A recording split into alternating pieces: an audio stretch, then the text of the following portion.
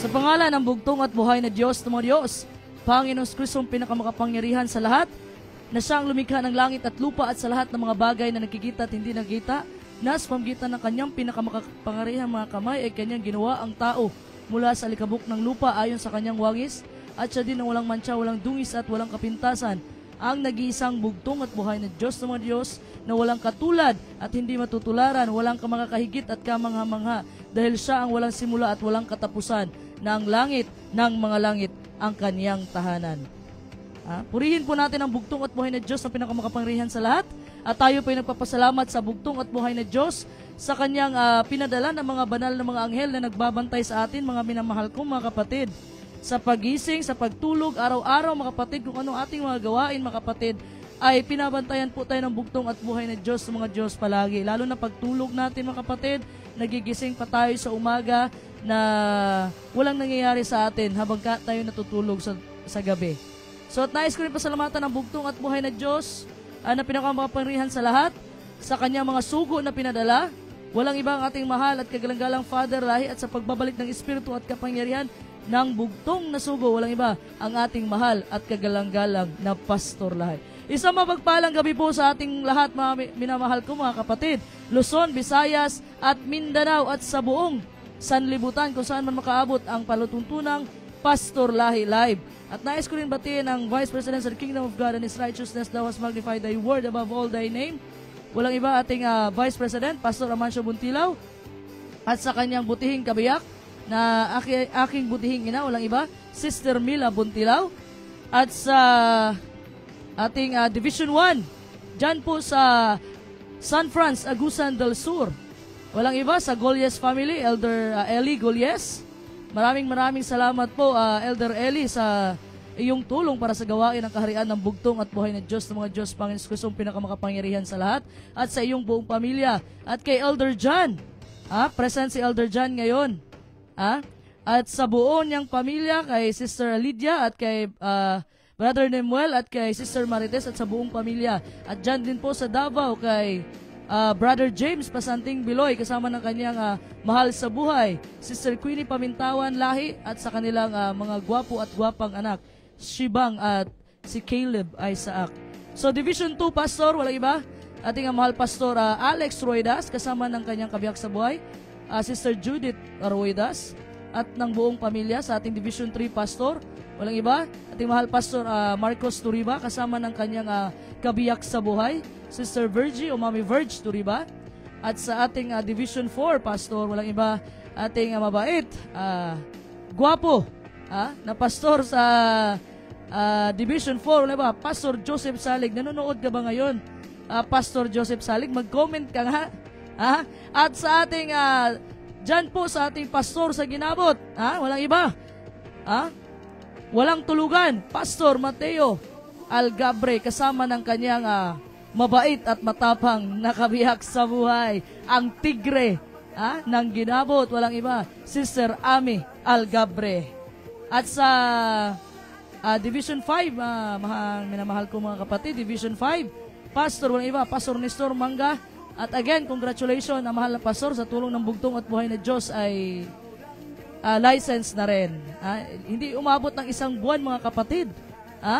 Hindi umabot po. At gusto ko rin batiin sa Bukana, El Nido, Palawan, ang ating mahal Pastor Jason De Leon, kasama ng kanyang kabiyak sa buhay, Sister Elves De Leon, kasama ng buong pamilya.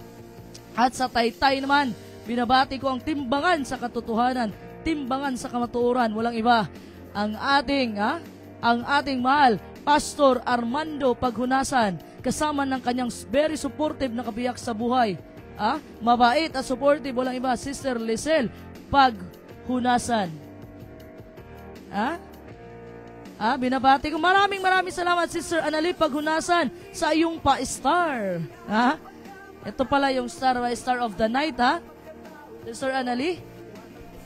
At sino pa mga kapatid? Ayun lang muna mga kapatid, kasi binati na ng iba. At babatiin ko pala si Pastor Ido dyan sa San Vicente, Palawan, kasama ng kanyang mabait na asawa. So batiin ko yung humabol na naabutan ko ngayon.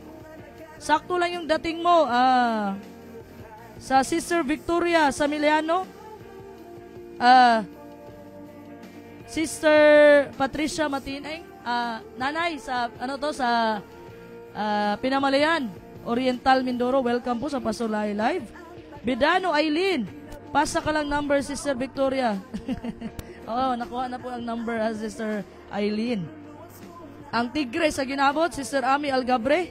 Mayong gabi ninyong tanan, diha, sorry na late jugo kay maupay pag-uli na mo gikan tanggob. Wala ka na late kay wa pa man ko gasugod og mensahe. Victoria, good evening, sister. Magandang gabi. Welcome to Pastor Lahi Live. Sister Lisel Paghunasan. Hi, Sister Deborah Israel Lahi. Miss you all. Na-miss na rin namin kayo dyan, Sister Lisel. Sister Lilet Lebong Fasil. Magandang gabi po, Sister Deborah Israel. Magandang gabi dyan sa'yo, Sister Lilet. Sister Anali Paghunasan. Magandang gabi dyan sa Pilipinas at purihin ang bugtong at buhay na Diyos, pinakamakapangyarihan sa lahat, na nakilala na sa buong mundo ang Hesus Kristo na siya pala ang makapangyarihan sa lahat nitong huling mga araw. Tama yan, purihin ang bugtong at buhay na Diyos. At makilala pa talaga ang bugtong at buhay na Diyos, Sister Anali. Nitong huling mga kapanuhunan, mga kapatid, makikilala pa ang kapangyarihan ng bugtong at buhay ng Diyos, mga kapatid, sa bawat isa sa atin. Sister Ami Algabre, maayong gabi. Sister Sheena Labad, Michelle Kabasa, ug sa atong mahal na Sister Cherry Deborah, isalog sa inyong gwapong organize, Brad Christian Neri, Shalom Alikim. Elder John Golyes, magandang gabi sa iyo, Elder John, kasama kay Kugihan Vlog sa iyong butihing kabiyak, Sister Lydia Golyes. Good evening po, minamahal namin Sister Deborah Israel sa lahat ng inyong mga kasamahan dyan. Eliza May, Eliza May, pakibati po pala sa aking kapatid na si Erwin Tumales mula sa Lagun, Parañaque City, at si Angelo Tumales mula sa Bulacan, at Idilito Tumales mula sa Uriquita City. At magandang gabi po sa inyong lahat. At Deborah Israel, God bless you po. God bless. Maraming salamat. Ito pa, Elder John, pakibati naman po sa pinsan ko na isang pastor sa Esdarm, nanonood sa inyo ngayon, Pastor Federico Impinado Jr. Welcome po, Pastor Federico Impinado Jr. Welcome sa Pastor Lahi Live. Sister Nelly Albangco, dyan po sa Bicol. Magandang gabi po, Sister Nelly. Welcome po sa Pastor Lahi Live. Magandang gabi po, Sister watching Bicol, Vong Albangco. Vong Albangco? Taga ano siya? Magandang gabi sa ating lahat, Pastor Jason De Leon. Okay na, nabati ko na. At sa aking mga kapatid dyan sa Maynila, Brother Jojo, at sa kanyang kabiyak sa buhay, Sister Mary Rose. At sa aking gwapo at matalino na kapatid dyan, Brother Kin Kabasag, kasama ng kanyang mahal sa buhay, kay Sister Merafel Kabasag, at sa kanilang mga gwapo at magagandang anak, Koy at Brian. So mga kapatid, bago po natin umpisahan ang ating topiko ngayong gabi na to, ay lagi kong sinasabi sa inyo na nais ko kayong anyanyahan, mga kapatid, na manalangin po kayo sa inyong isipan. Ngayon na lahat po ng inyong mga inggit, sungit, ngit-ngit, ay isang tabi po muna natin, mga kapatid, para po makapasok po ang banal na espiritu ng ating bugtong at buhay na Diyos. Dahil po, mga kapatid, ang pag-uusapan natin ay hindi lang po basta ordinaryo na mga salita, kundi ito po ay salita na galing po sa ating bugtong at buhay na Diyos, na ang magpapaintindi po sa bawat isa sa atin, wala pong iba kundi ang banal na espiritu ng ating bugtong at buhay na Diyos ng mga Diyos, Panginoong Kristo, ang pinakamakapangyarihan sa lahat. So welcome lahat sa Pastor Lahi Live. Medyo nawala yung internet ko dito. Wala dyan? Okay. So mga kapatid, ang ating pag-usapan ngayong gabi, ang ating topiko ngayong gabi, to obey is better than sacrifice. Ang pagsunod po, mga kapatid, ay mas mabuti kaysa sa pagsakripisyo. Mababasa po natin, mga kapatid, ang ating power verse, 1 Samuel chapter 15 verse 1 to 23. So, we hear a lot these days about options. Marami po tayong naririnig, mga kapatid, patungkol sa option, freedom of choice, pagkilo sa pagpili. Kapag bumili po tayo ng bagong sasakyan o di kay bagong motor, mga kapatid, may choice po tayo, mga kapatid. May option po tayo, anong modelo ang bibilhin natin, anong makina, anong color ng sasakyan, anong kulay ng motor, at ano pa yung gusto mong bilhin, mga kapatid, sa loob ng iyong pamamahay. So life is a full of choice, mga kapatid. Life, maaari kang pumili, mga kapatid, kung sino ang iyong asawa, pero may mga culture, mga kapatid, okay, mga tribes, na bata pa lang sila, anong tinatawag dyan, parang dinodori na sila ba? Yung bata pa sila, nakakontrata na kung sino yung asawahin nila mga kapatid. Nakakontrata na. So, wala silang option, wala silang choice. Pero tayo po mga kapatid na manampalataya ng bugtong at buhay na Diyos, ay mayroon po tayong freedom para pumili sino yung gusto nating asawahin. Kasi po nagbigay po ng kalayaan ang ating bugtong at buhay na Diyos. At gusto ko parang batiin, hindi ko makakalimutan dyan sa Batangas, Sister Erma Hinita. Laging presento sa Pastor Lahi Live. Magandang gabi po, Sister Erma. So mga kapatid, mga kapatid, binigyan po tayo ng freedom ng ating bugtong at buhay na Diyos na pumili. Kung sino ang ating gustong asawahin, kasi po mga kapatid, iyon po ang binigay sa atin ng bugtong at buhay na Diyos. Pero hindi po tayo makakapili, mga may namahal ko mga kapatid, kung sino yung magiging nanay at tatay mo. Kasi ang bugtong at buhay na Diyos po ang nagpipili sa bagay na yan. Alam mo yung Jeremias sinabi, di ba? Nasa tiyan ka pa lang ng nanay mo, nakaplano na, nakalatag na lahat ng plano para sa'yo. So, pero may mga instances po mga kapatid na hindi po applicable yung option. Sa ano pong paraan? Kagaya na lang po mga kapatid, wala kang option mga kapatid na hindi ka kumain ng 3 buwan. Sige, papiliin ka, kakain ka o hindi. Siyempre hindi yan option mga kapatid, kakain ka talaga. Kasi kung hindi ka kumain ng 3 buwan, ay say either mga kapatid, mamamatay ka o magkakasakit ka. Diba? So, hindi siya option. Hindi applicable yung option sa bagay na yan, kakain ka ba o hindi. Ano pa? Yung pagbayad po natin ng buwis mga kapatid, hindi po yan optional. Pwede ba yan pag bumili ka sa tindahan mga kapatid, sabihin mo, tanggalin mo yung 10% dyan, hindi ko yan babayaran. Pwede ba yun? No, magbabayad ka talaga mga kapatid. Part talaga yan. Wala kang option sa bagay na yan na hindi ka magbayad o magbayad ka. Magbabayad ka talaga. So, ang ilang mga bagay mga kapatid sa ating buhay ay hindi lamang optional. So ngayon mga kapatid, pag-uusapan natin. Gusto ko isaalang-alang natin ang isang tao mga kapatid. Isang tao na nakasulat sa banal na kasulatan na ginawa lang niyang optional ang pagsunod sa bugtong at buhay na Diyos. Itong attitude niya mga kapatid, yung pagrebelde niya, ito yung naging downfall niya mga kapatid. Ito yung naging dahilan sa pagbagsak niya. At ating pag-uusapan mga kapatid, walang iba, ang unang hari sa Israel. Wala pong iba mga kapatid, si King Saul. Bakit po mga kapatid, during the time of Judges mga kapatid, marami pong kaguluhan mga kapatid. So, nag-request po ang mga Israelita kay Prophet Samuel na gusto na nila ng hari na makikita nila. Gusto nila ng hari mga kapatid na mag-rule sa kanila para mag-provide sa kanila ng military leadership. Gusto nila mga kapatid na gayahan yung ibang bansa na mayroon talagang hari talaga na makikita at mahawakan. So, ayaw sana ng bugtong at buhay na Diyos mga kapatid, binalaan na niya. Nagbigay na siya ng babala kay Samuel na yung discernment, yung pagnanais ng Israelita na magkaroon sila ng hari mga kapatid, ay ito lang yun po magdadala ng kapahamakan at pang-aapi sa kanila. Hindi po natuwa ang bugtong at buhay na Diyos mga kapatid sa gustong gawin ng mga Israelita. Hindi po natuwa ang bugtong at buhay na Diyos kasi yung pag-desire po ng hari ng Israel, ng mga Israelita, mga kapatid, na carnal o tao na hari, mga kapatid, ay parang nire-reject na nila ang bugtong at buhay na Diyos na kanilang totoong hari. Kasi sa Judges, mga kapatid, ang unang hari po sa Israel, walang iba, kundi si King Saul. Tandaan po ninyo yan, baka lumabas yan sa quiz. So, umaabot na dito mga kapatid na pumayag na lang ang bugtong at buhay na Diyos, pero hindi po yan ang kalooban ng bugtong at buhay na Diyos.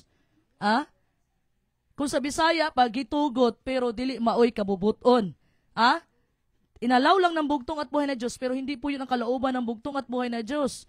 Dahil nagbigay siya ng freedom sa tao, mga kapatid, kung yun ang gusto ng Israel, kaya sinabihan, nagbigay siya ng instruction kay Samuel na i-anoint si Saul, the son of Kish, from the tribe of Benjamin. So, siya po ang unang hari, mga kapatid, sa Israel. And Saul was chosen to deliver Israel from their enemies. So, si Saul, mga kapatid, at first, maraming mga accomplishments si Saul. Nagtatagumpay sila sa mga labanan. Nung naging hari po si Saul, mga kapatid. Yung military leadership po ni Saul ay naging successful po, mga kapatid, dahil po yung espiritu ng bugtong at buhay na Diyos ay nandoon kay Saul, di ba? Inanoint siya. Yung mga scattered tribes, mga kapatid, pinag-unite po ni Saul, creating a stronger, more unified nation, pagkakaisa sa mga tribo. Marami siyang military victories, mga kapatid, si Saul. Successful siya sa pag-defend sa Israel, laban sa mga nang tatakot sa Israel, particularly, mga kapatid, sa Philistines, as well as the Ammonites, Moabites, and Amalekites. Okay si Saul at first, mga kapatid. At first, anong inanoint siya ni Prophet Samuel, okay pa siya. Nagtagumpay si Saul, laging tagumpay yung labanan dahil sa kapangyarihan ng bugtong at buhay na Diyos. Dahil ginaguide po ng bugtong at buhay na Diyos si Saul palagi. Pero ang problema, mga kapatid, makikita natin sa takbo ng mensaheng ito, na hindi lamang, mga kapatid, ang mapamensalang resulta ng kawalan ng pagsunod ni Saul. Ano pa? Ngunit pati na rin ang ilang mga bagay, mga kapatid, na para maiwasan natin na hindi mangyari ito sa atin. Okay? Ang kalikasan po, mga kapatid, ng optional na pagsunod ay saan po humahantong? Humahantong po ito, mga kapatid, una, sa pagsalungat po ni Saul. Ano ba yung utos? Banal na utos ang bugtong at buhay na Diyos, mga kapatid. Anong banal na utos ang bugtong at buhay na Diyos kay Saul sa pamamagitan ng kanyang propeta na si Samuel? 1 Samuel chapter 15 verse 1. Purihin ang bugtong at buhay na Diyos, Panginoon Jesucristo na pinakamakapangyarihan sa lahat. Unang Samuel kapitulo 15 versikulo 1. Sinabi ni Samuel kay Saul, isinugo ako ni Yahweh upang harangin ka bilang hari ng Israel. Kaya't pakinggan mo ang mensahe ni Yahweh. Purihin ang bugtong at buhay na Diyos. So may paalala po si Samuel, mga kapatid, kay Saul. Nagsimula po ito, Saul, ang bugtong at buhay na Diyos ang gumawa sa iyo na hari ng Israel. Dahil sa katotohanan iyon, obligado kang sundin ang kanyang mga utos. Dapat sa bugtong at buhay na Diyos siya nakikinig, mga kapatid, sana. So nagbigay na po ng paalala si Prophet Samuel kay Saul. Kagaya lang nan sa atin, mga kapatid. Ang bugtong at buhay na Diyos, bumaba siya dito sa sanlibutan. Binuwis niya ang kanyang buhay sa bawat isa sa atin. At bilang pasasalamat natin sa bugtong at buhay na Diyos, dahil una tayong minahal ng bugtong at buhay na Diyos, if you love me, keep my commandments. So, dahil sa mahalin natin ang bugtong at buhay na Diyos, ay atin pong sundin ang kanyang kalooban. Sundin po natin ang mga kautusan ng bugtong at buhay na Diyos. Yun nga sinabi ng Efeso, di ba? Chapter 2, verse 8 to 9. We are saved by grace through faith. So, sa pamamagitan ng pagsakripisyo ng bugtong at buhay na Diyos doon sa Kalbaryo ng Cross ay bilang pasasalamat natin po sa kanya, mga kapatid, ay sundin po natin ang kalooban ng bugtong at buhay na Diyos. Dinagdagan pa po yan ni Apostol Pablo, mga kapatid. Ano sabi niya sa 1 Corinto, chapter 6, verse 19 to 20? Purihin ang bugtong at buhay na Diyos, Panginoon Jesucristo na pinakamakapangyarihan sa lahat. Unang Korinto kapitulo 6, versikulo 19 hanggang 20. Dahil binili ka na, Unang Korinto kapitulo 6 versikulo 19 hanggang 20, hindi ka na sa iyo, dahil binili ka na ng isang malaking halaga, kaya't luwalhatiin ang Diyos sa iyong katawan, nasa Diyos at sa iyong katawan. Purihin ang bugtong at buhay na Diyos. Ano sinabi, mga minamahal ko, mga kapatid? Hindi ka na sa iyo, binili na po tayo ng bugtong at buhay na Diyos ng malaking halaga. Luwalhatiin natin ang bugtong at buhay na Diyos gamit po ang ating katawan sa lahat po ng ating mga gagawin. Ang mga minamahal kong mga kapatid, ay dapat po ito ay nagdadala ng kalulatian sa ating bugtong at buhay na Diyos. At to state Paul's conclusion, simply, mga kapatid, God has a right to expect, una, obedience from us. Nasundin ang kanyang mga kautusan. Pangalawa, honor. Dapat lang napapurihan, parangalan, sambahin natin ang ating bugtong at buhay na Diyos. Dahil po, mga kapatid, sa ginawa niya doon sa Kalbaryo ng Krus, mga kapatid, sa pagsakripisyo niya. Tatlo, ang respect. Respeto po na ibibigay natin sa bugtong at buhay na Diyos. So, klaro, mga kapatid. So, ang utos po ng bugtong at buhay na Diyos kay Saul, mga kapatid, clear and specific. Ano pong sinabi sa 1 Samuel chapter 15 verse 2 to 3? Purihin ang bugtong at buhay na Diyos, Panginoon Jesucristo na pinakamakapangyarihan sa lahat. Unang Samuel kapitulo 15 versikulo 2 hanggang 3. Ipinapasabi ni Yahweh na makapangyarihan sa lahat. Paparusahan ko ang Amalek tulad ng ginawa niya sa Israel nang ito'y inilalabas ko sa Ehipto. Lusubin mo ang Amalek at lipulin silang lahat. Wasakin mo lahat nilang ari-arian at huwag magtitira kahit isa. Patayin mo silang lahat, babae at lalaki, mula sa pinakamatanda hanggang sa sanggol. Patayin mo rin ang kanilang mga baka, tupa, kamilyo at asno. Purihin ang bugtong at buhay na Diyos. So yung instruction po ng ating bugtong at buhay na Diyos, mga kapatid, clear na clear po, mga kapatid. Detalyeng-detalye talaga. Lusubin mo ang Amalek, ha? At lipulin mo silang lahat. Wasakin ang lahat nilang ari-arian at huwag magtira kahit isa. Lahat po sana, mga kapatid, lahat, walang ititira. Kahit mga ari-arian, kahit mga baka, tupa, kamilyo, mga asno, patayin lahat. Yun ang instruction ng ating bugtong at buhay na Diyos. Ha? Very loud and clear, mga kapatid. Ha? Sino ba to si Amalek? Bago pa tayo pumunta sa unahan. Ang Amalek po, mga kapatid, ay grandson po siya ni Esau. Parang apo sa tuhod. Tama ba? Grandson. Apo sa tuhod ni Esau, mga kapatid. Genesis chapter 36 verse 12. Genesis chapter 36 verse 12. Inuulit ko lang yung versikulo kasi may nagte-take note. So, ang Amalek po, mga kapatid, ay descendants po siya. Grandson po siya ni Esau. So, itong Amalekites, mga kapatid, wala talaga silang tigil sa away ng Israelita. Remember, di ba, Esau and Jacob. Nalala nyo si Jacob and Esau? Nag-away yung dalawa, mga kapatid, dahil ito naman si Esau ay binenta yung birthright niya doon kay Jacob, mga kapatid, sa isang bowl lang ng sabaw. Kasi ang pangalang Jacob is a cheater, deceiver. Kaya nung time na yun, mga kapatid, nilinlang niya si Esau, nakuha niya yung birthright. So nung time na pinagpala siya ni Isaac, mga kapatid, ni Isaac, si Jacob, hindi na malaya ni Isaac, mga kapatid, kasi matanda na. So nung nangyari, mga kapatid, yun ang dahilan ng away, galit na galit si Esau. So kaya itong Amalekites at saka itong Israelites, mortal na magkalaban talaga to. Di ba, remember, mga kapatid, bago makipagkita si Jacob sa kanyang kapatid na si Esau, ay nanalangin muna siya sa bugtong at buhay na Diyos. Yun yung nakipag-wrestling siya. Nakipag-wrestling siya, mga kapatid. Alam niya yung kasalanan niya. That's why, mga kapatid, nung malaman niya, nakipag-wrestling siya sa bugtong at buhay na Diyos, hindi na niya binitawan pa. Anong sabi ng bugtong at Diyos? Bitawan mo ako. Sabi niya, hindi. Hanggat hindi mo ako pinagpala. Dahil po, nagtagumpay po si Jacob, mga kapatid, na yung dating pangalan niya na cheater, ang ibig sabihin ng Jacob at cheater or deceiver, naging Israel po. Meaning ng Israel ay nagtagumpay sa Diyos at sa tao. Napagtagumpayan niya po, mga kapatid. So, anong nangyari, mga kapatid? Yung Israel and Amalekites, mga kapatid, were enemies. Alam niyo bakit? Due to repeated acts of aggression by the Amalekites. Ang ginagawa po kasi ng Amalekites, mga kapatid, pinupuntahan nila yung Israel, mga kapatid, dinidestroy nila yung farm. Inaatake nila yung mga naliligaw na mga tao sa kanilang mga tribo. Ganun ang gawain ng mga Amalekites. Na-record po ito, mga kapatid, sa Book of Exodus and Judges.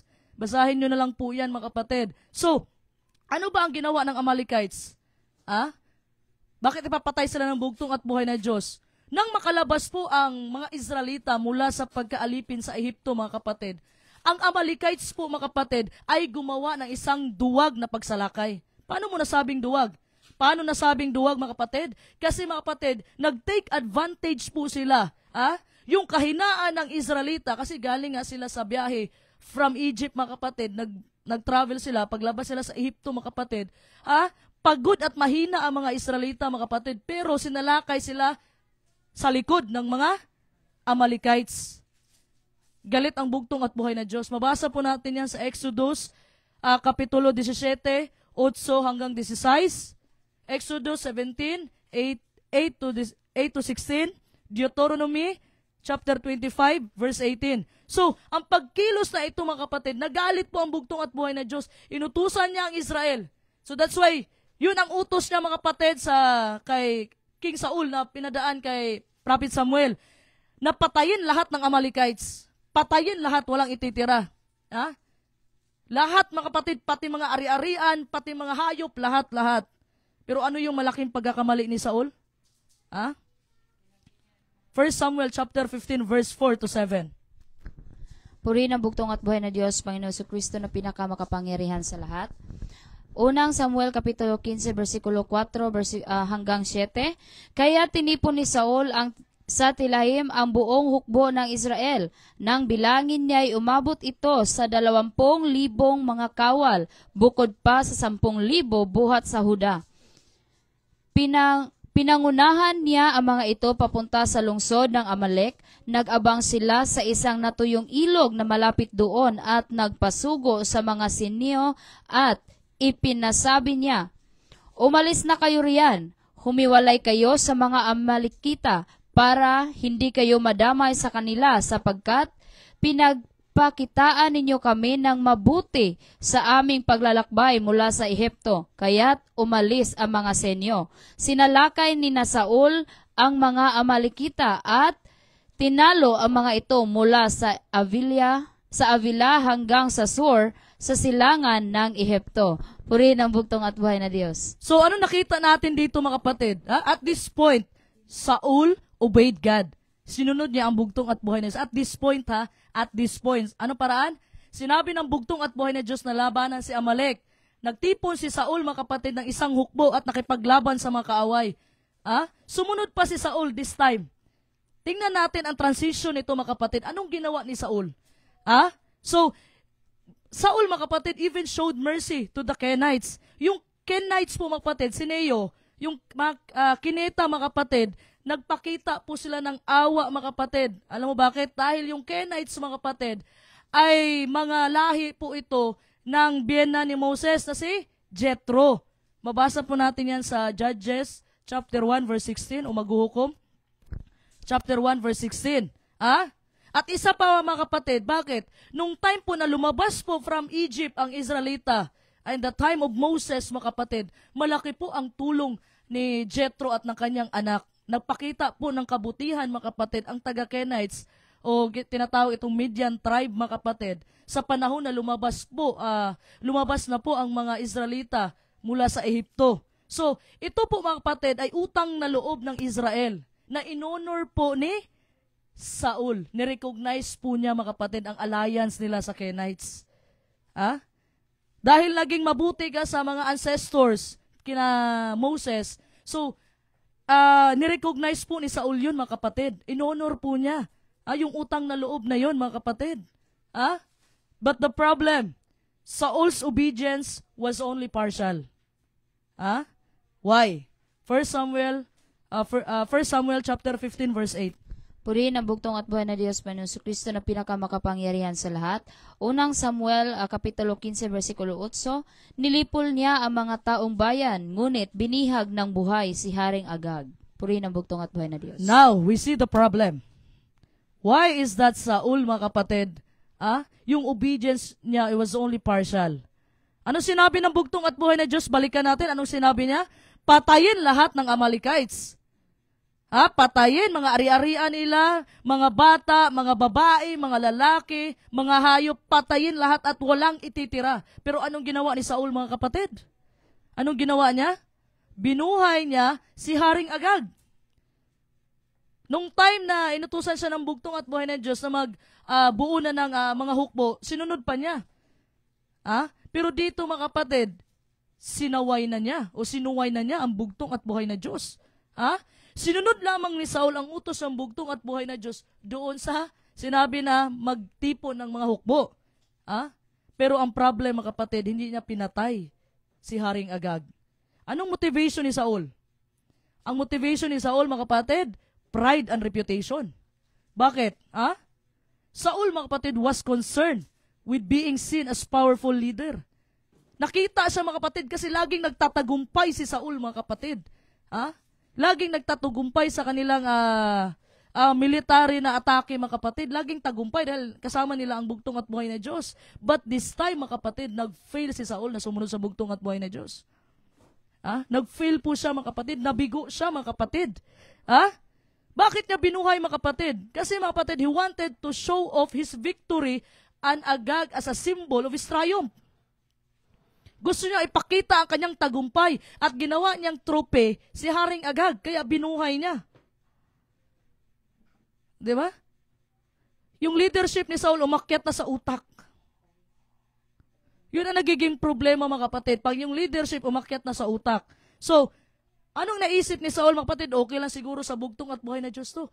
Iniisip niya, na-close na sila ng Panginoon. Pwede na niyang suwayin ang bugtong at buhay na Diyos, mga kapatid. Dahil binigyan siya ng pabor, naging hari siya sa Israel. Doon siya nagkakamali, mga kapatid. Ang sabi ng bugtong at buhay na Diyos, patayin ang lahat. Alam niyo, mga kapatid, partial obedience is actually complete disobedience. Ayun ang sinabi ni Santiago. Santiago chapter 2 verse 10. Purihin ang bugtong at buhay na Diyos, Panginoon Kristo na pinakamakapangyarihan sa lahat. Santiago Kapitulo 2, versikulo 10. Ang lumalabag sa isang utos, kahit tumutupad pa sa iba, ay lumalabag sa buong kautusan. Purihin ang bugtong at buhay na Diyos. Ito ba ang ginawa ni Saul? Hindi. Nalabag ba niya, mga kapatid, kahit isa? Nalabag niya, mga kapatid. Okay. Sumunod siya sa utos ng bugtong at buhay na Diyos sa mag-atipo ng hukbo para sa labanan. Sumunod siya. Pero anong nilabag ni Saul dito? Ang nilabag ni Saul, mga kapatid, hindi niya pinatay ang lahat. Hindi niya pinatay ang hari. Hindi po natapos ni Saul ang ibinigay na gawain ng bugtong at buhay na Diyos sa kanya. He killed the Amalekites, excluding Agag. Hindi niya kisinama ang hari, mga kapatid. Hindi niya pinatay ang lahat, kagaya ng utos ng bugtong at buhay na Diyos. Ito ang isa sa pinakamasamang pagkakamaling nagawa ni Saul. Why? As we will see later. Bakit pinakamasamang pagkakamali? Kasi nagresulta to, mga kapatid. Yung hindi niya pagpatay sa hari, nagresulta yan, mga kapatid. Pag-uusapan natin yan sa unahan. So, anong nangyari, mga kapatid, nang hindi niya pinatay? May denial stage na nangyari, mga kapatid. Ang bugtong at buhay na Diyos ay labis na nalungkot, mga kapatid. Hindi siya nasiyahan sa ginawa ni Saul, mga kapatid. Ano sinabi niya kay Samuel? 1 Samuel chapter 15 verse 10 to 11. Purihin ang bugtong at buhay na Diyos, Panginoon Kristo na pinakamakapangyarihan sa lahat. Unang Samuel 15, versikulo 10 hanggang 11. Sinabi ni Yahweh kay Samuel, nanghihinayang ako sa pagkapili ko kay Saul bilang hari, sapagkat tinalikuran niya ako at sinuway ang aking mga utos. Nagalit si Samuel at magdamag siyang nanalangin kay Yahweh. Purihin ang bugtong at buhay na Diyos. Disappointed ang bugtong at buhay na Diyos, mga kapatid. Gusto ko lang i-clarify. Yung word na nanghihinayang, mga kapatid, ay hindi po ibig sabihin na nagkamali po ang bugtong at buhay na Diyos, mga kapatid, sa kanyang pagpili kay Saul, mga kapatid. Ang term na nanghihinayang, mga kapatid, kung sa English pa ito is regret. Tama. Ang Hebrew word po ng regret, mga kapatid, is nakam. Na ang nakam, mga kapatid, ibig sabihin ay emotional pain and grief. Itong word na nakam, mga kapatid, nag-describe po ito ng deep emotional pain and sorrow na nararamdaman ng ating bugtong at buhay na Diyos over a situation. It is an expression, mga kapatid. Yung kalungkutan niya, mga kapatid, pinakita lang niya. Hindi po ibig sabihin ng hinayang na nagkamali ang bugtong at buhay na Diyos, mga kapatid. No. God is holy, God is perfect. Hindi po nagkakamali ang bugtong at buhay na Diyos. Yung nanghihinayang dyan, mga kapatid, na napakita lang niya yung deep emotional pain na nararamdaman niya, mga kapatid. Alam mo anong ginawa ni Samuel, di ba? Nagalit si Samuel sa ginawa ni Saul na paglabag. Nagalit siya, mga kapatid, at magdamag siyang nanalangin. Umiyak pa yan si Samuel, mga kapatid, dahil sa ginawa ni Saul na paglabag sa ating bugtong at buhay na Diyos. Yung nanghihinayang, mga kapatid, it doesn't mean na nagkamali ang bugtong at buhay na Diyos sa pagpili niya kay Saul. No. Nanghinayang siya kasi translate na kasi. Mas malapit na translation ng King James. So balik tayo sa Hebrew para hindi tayo mag-misinterpret sa salita ng bugtong at buhay na Diyos. So pinakita lang niya yung kalungkutan niya, mga kapatid. Hindi ibig sabihin, kasi yung sa atin, unlike human repentance, tayo, mga kapatid, pag naghihinayang tayo, ibig sabihin may nagawa tayong mali. Tama? Yun ang meaning ng regret sa atin, nagkamali tayo. Pero hindi po yan sa bugtong at buhay na Diyos, mga kapatid. God is not surprised by Saul's actions. Wala siya na surprise, mga kapatid. Hindi siya na surprise. But ano nangyari? Nalungkot lang siya, mga kapatid. Dahil hindi sinunod ni Saul ang kanyang utos. So, ipinapahiwatig lang po ng bugtong at buhay na Diyos ang laki ng kabiguan ni Saul at ang malalim na sakit na naramdaman po ng ating bugtong at buhay na Diyos. Ha? Alam nyo mga kapatid, kung naging masunurin lang si Saul, kung naging tapat lang siya sa bugtong at buhay na Diyos, alam mo, yung pagiging hari ni King Saul, matagal sana yun, mga kapatid, tuloy-tuloy na sana yun. Bibigyan siya ng bugtong at buhay na Diyos, awa, grasya, pagpapala. Kung naging masunurin lang siya, kung sinunod lang niya ang bugtong at buhay na Diyos. Patuloy siya nagagabayan ng bugtong at buhay na Diyos. But due to Saul's disobedience and rebellion, mga kapatid, God's plan and purposes towards Saul would now change. Dahil po sa kanyang hindi pagsunod, sa pagsuway niya sa bugtong at buhay na Diyos, at sa pagrebelde po ni Saul, nagbago po ang plano ng ating bugtong at buhay na Diyos para kay Saul. So, umiyak si Samuel, sinabihan siya ng bugtong at buhay na Diyos. So, ano pong ginawa ni Samuel, mga kapatid, kay Saul dahil sa pagsuway? 1 Samuel chapter 15, verse 13 to 14. Purihin ang bugtong at buhay na Diyos, Panginoon Kristo na pinakamakapangyarihan sa lahat. Unang Samuel, Kapitulo 15, versikulo 13 hanggang 14. Sumunod siya roon at nang makita siya ni Saul, ay binati siya. Pagpalain ka ni Yahweh, sinunod kong lahat ang utos niya. Sa 14, itinanong ni Samuel, ano itong naririnig kong iyakan ng mga tupa at unga ng mga baka? Purihin ang bugtong at buhay na Diyos. You see, mga kapatid, Saul was trying just a little too hard to cover his guilty na konsensya. Para pagtakpan yung konsensya niya, mga kapatid. Unang bungad, mga kapatid, pakita ni Saul kay Samuel, yung opening statement po ni Saul, mga kapatid, out of place talaga. Sinabi niya na, pagpalain ka ni Yahweh, sinunod ko lahat ng utos niya. Alam mo, itong mga ganito, mga kapatid, hindi mo pa tinanong, nag-explain na. May mga taong ganyan, mga kapatid. Hindi ka pa nagtanong, pagkagaya niyan, mga kapatid. O defensive na mga kapatid, gagaya niyang, hindi ka pa nagtanong, tapos may umutot sa inyo. Tapos magrarason, hindi ako yun hindi ka pa nga nagsasalita. Kung sino yung umutot. Di ba? Defensive na si Saul, mga kapatid. Bungad pa lang, opening statement pa lang ni Saul. Totally out of place na talaga. Nagsinungaling na si Saul sa kanyang nagawa.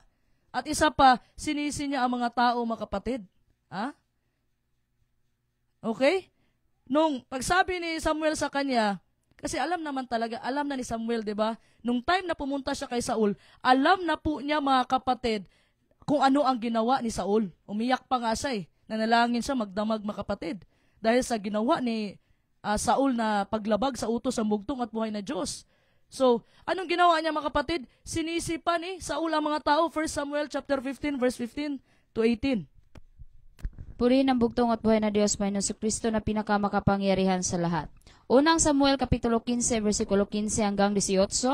Sumagot si Saul, kinuha iyan ng mga tauhan ko sa Amalek. Kinuha nila ang pinakamainam na tupa at baka upang ihandog kay Yahweh. Ang mga walang halaga ay pinatay namin. Sinabi ni Samuel, tumigil ka. Pakinggan mo ang sinabi sa akin ni Yahweh kagabi. Ano iyon? Tanong ni Saul. Sinabi ni Samuel, noong una, napakaliit pa ng tingin mo sa iyong sarili. Ngayon, ikaw ang namumuno sa Israel sapagkat pinili ka ni Yahweh at binuhusan ng langis upang maging hari. Purihin ang bugtong at buhay na Diyos. Napansin niyo, mga kapatid? Unang ginawa ni Saul, nag-finger pointing na siya. Blame shifter. Hindi niya inako yung kasalanan, mga kapatid. Nung panahon na sinabi ni Samuel sa kanya kanina, mga kapatid, sinabi niya, pinatay daw niya lahat. Nung nabuking na siya, mga kapatid, ano itong narinig ko? Sinabihan siya ni Samuel, ano itong narinig ko iyakan ng mga tupa, tunga ng mga baka? Kanina, sinabi niya, di ba? So, dahil nabuking na siya, ang sunod na gagawin ng taong nabuking na, mag-i-explain na lang. Pero kung hindi nabuking, hindi sasabihin.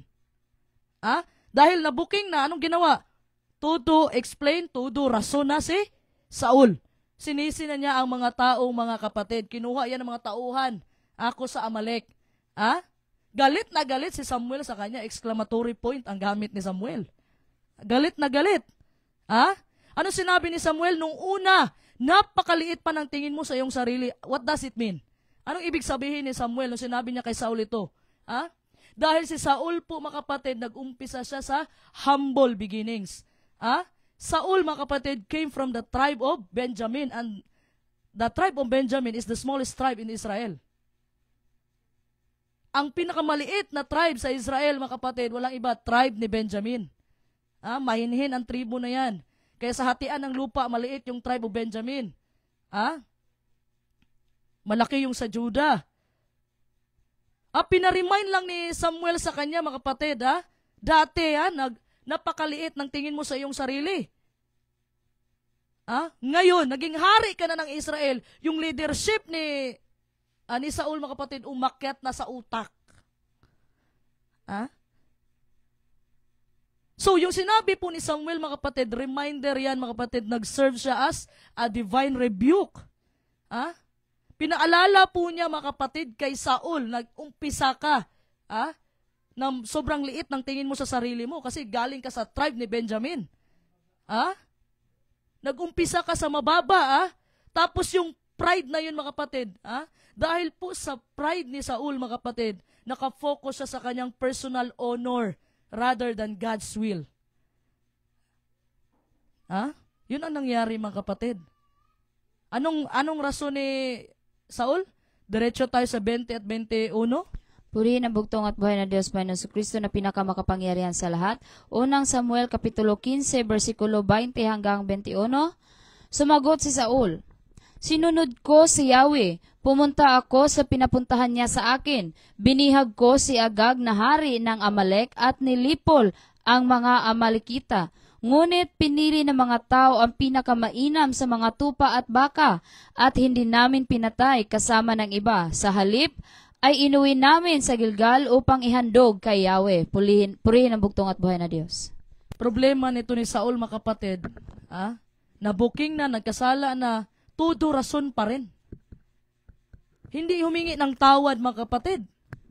Nabuking na siya, mga kapatid. Sinabi niya, sinunod daw niya ang utos ng bugtong at buhay na Diyos. Kung sinunod niya, dapat pinatay niya lahat. Parang nangwenta na siya ba? Kwinentahan niya ang bugtong at buhay na Diyos.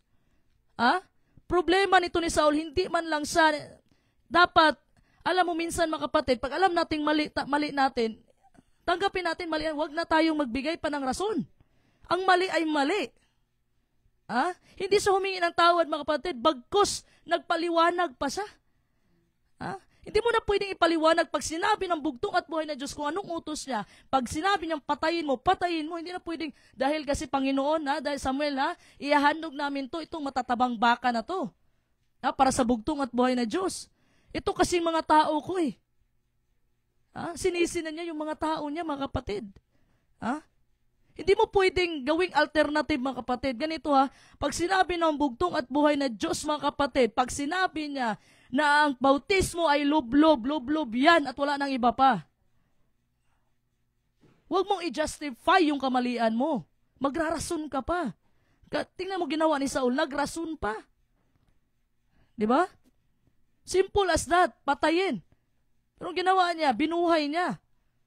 Dahil kasi sa pride, hindi na humingi ng patawad si Saul. Alam niya, nagkasala na siya. Nabuking na siya ni Samuel.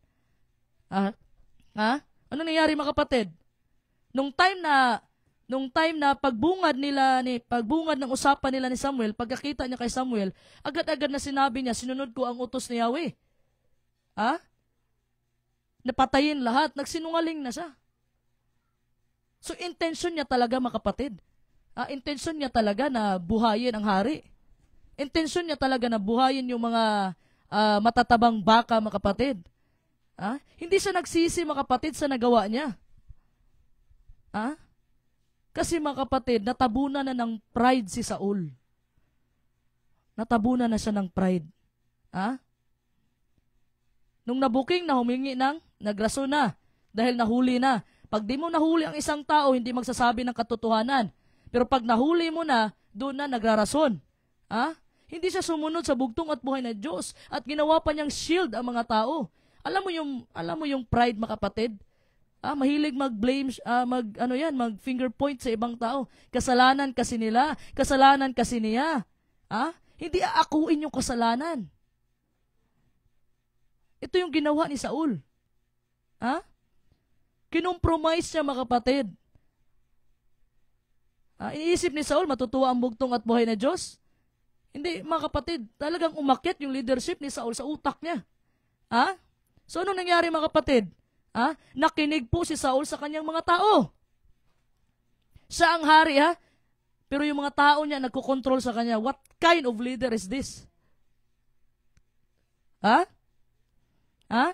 Ano sinabi niya? Pinili ng mga tao ang pinakamainam na tupa. Ha? Nakinig siya sa mga tao niya. Alam mo, wala akong problema kung makinig ka sa tao mo, kung hindi ka nag-contradict sa salita ng bugtong at buhay na Diyos. Pero kung nag-contradict yan, mga kapatid, hindi mo pwedeng pakinggan yung mga tao. Ha? Example lang dyan, pinaka-example ko dyan. Pag sinabi ng bugtong at buhay na Diyos, Efeso 4:5, there's only one God, one faith, and one baptism. One is only one baptism. That is by immersion. Hindi pwedeng magwisik dyan at magpuring. Ha? Hindi mo pwede i-compromise yan, mga kapatid, dahil bigyan mo ng rason ang bugtong at buhay ng Diyos. No. Kung sinabi ng bugtong at buhay ng Diyos sa kanyang banal na kasulatan, yun na yun. Hindi mo pwedeng baguhin yan. Kaya nga, bumaba ang bugtong at buhay. Kaya nga, nagpabautismo ang bugtong at buhay kay Juan Bautista para maging ilustrasyon natin, para gayahin natin, mga kapatid. So si Saul, mga kapatid, anong ginawa niya? Nakinig siya sa kanyang mga tao, sa kanyang mga sundalo. Hari siya, ha? Pero nadidiktahan siya ng kanyang mga sundalo. Okay lang sana yun kung ang didikta ng mga tao sa kanya ay hindi contradict sa inutos ng bugtong at buhay. Nag-contradict, mga kapatid. So nangyari? Alam mo, mga kapatid, if we start living to please other people, you are going to be in trouble. Kung namumuhay ka lang sa mundong ito para i-please ang ibang tao, problemang malaki yan.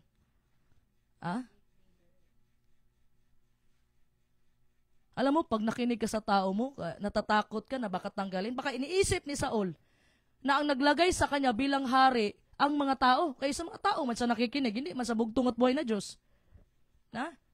Isa to sa mga sign na weak ang leader. Alam mo, mga kapatid, gawin mo kung ano ang pinapagawa ng bugtong at buhay na Diyos, and don't live to please people. Huwag kang mamuhay na para i-please mo yung mga tao na gusto sa'yo, na magugustuhan ka. Magugustuhan ka ng tao pero nilabag mo yung kautusan ng bugtong at buhay na Diyos. That is very wrong. Di baling matuwa, mga kapatid, ang bugtong at buhay, kahit magalit yung ibang tao, basta nasunod mo ang bugtong at buhay na Diyos. Di ba?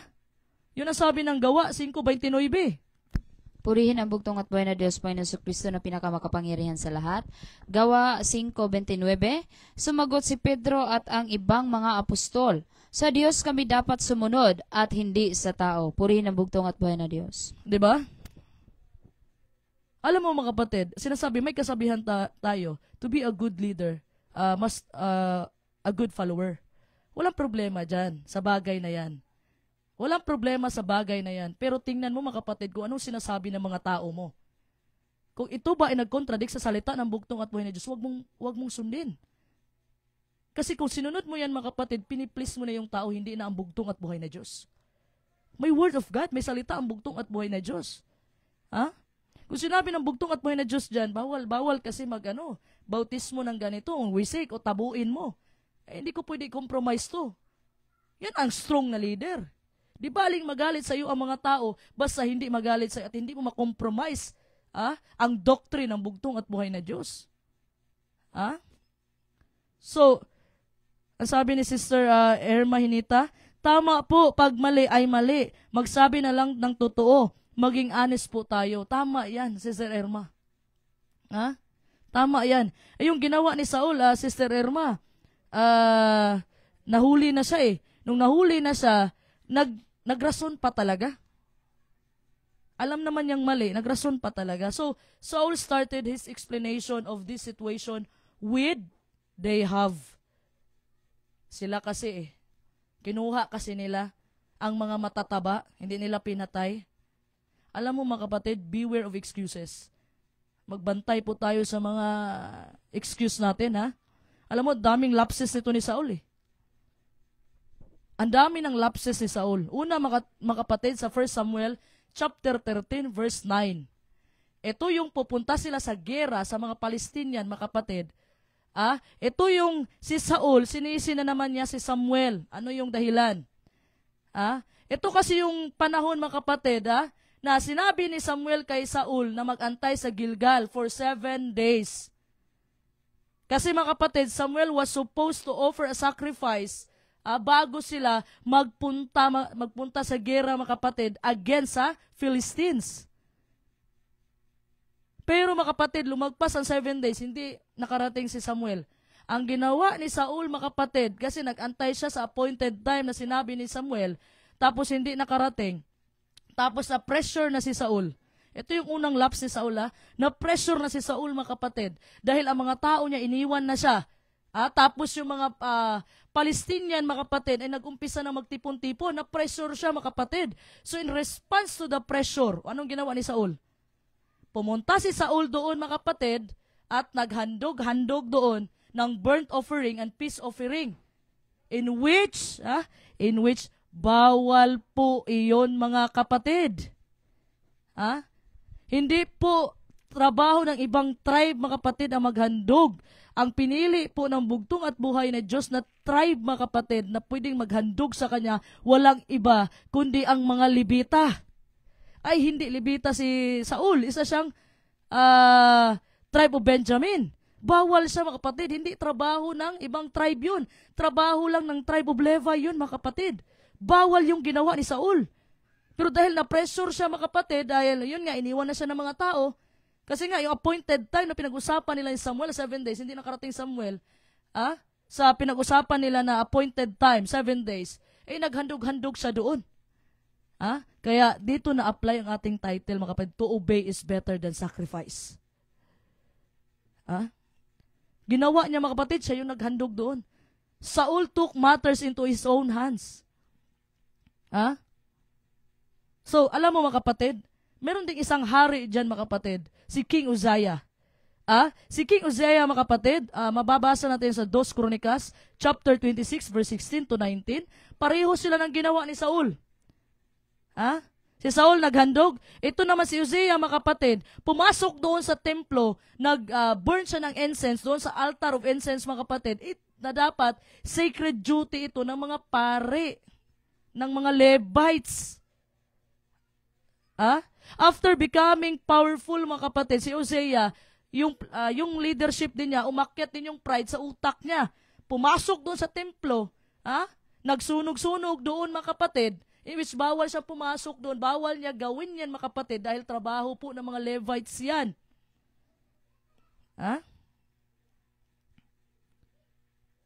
Anong nangyari? Anong ginawa ng bugtong at buhay na Diyos sa kanya? Nagalit ang bugtong at buhay na Diyos dahil sa paglabag po ni King Uzziah. At binigyan siya ng sakit na leprosy, skin disease. Ketong, mga kapatid. So si Uzziah, mga kapatid, was forced to live in isolation in a separate house for the rest of his life because of the illness. Dahil sa sakit. Itong event na to, mga kapatid, nag-serve lang to. Itong mga pangyayari kay Saul at saka kay King Uzziah. Buti nga si Saul, hindi agad pinatay ng bugtong at buhay na Diyos. Binigyan pa ng chance, mga kapatid. Umabot pa hanggang,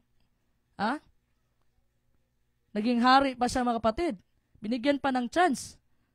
Itong mga pangyayari, mga kapatid, kagaya ni King Saul at King Uzziah, mga kapatid, ito yung reminder sa atin that no one, not even a king, mga kapatid, is to usurp the authority and sacred rules, na itinalaga po ng bugtong at buhay na Diyos